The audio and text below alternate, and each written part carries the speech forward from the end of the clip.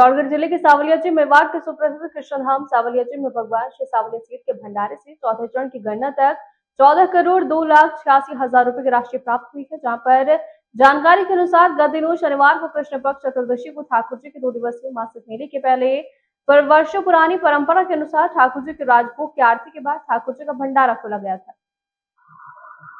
जानकारी के अनुसार गत दिनों शनिवार को कृष्ण पक्ष चतुर्दशी को ठाकुर जी के 2 दिवसीय मासिक मेले के पहले दिन वर्षों पुरानी परंपरा के अनुसार ठाकुर जी की राजभोग की आरती के बाद ठाकुर जी का भंडारा खोला गया था। शनिवार को पहले चरण की गणना में ठाकुर जी के भंडारे से 6 करोड़ 11 लाख रुपए की राशि प्राप्त हुई थी।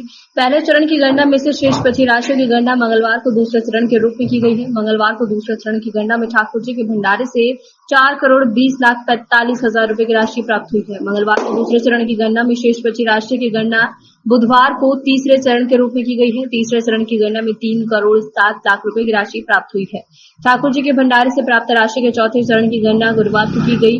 गुरुवार से की गई गणना में ठाकुर जी के भंडारे से 64,41,000 रुपए राशि प्राप्त हुई है। चारों चरणों की गणना में ठाकुर जी के भंडारे से अब तक कुल 14 करोड़ 2,86,000 रुपए की राशि प्राप्त हुई है।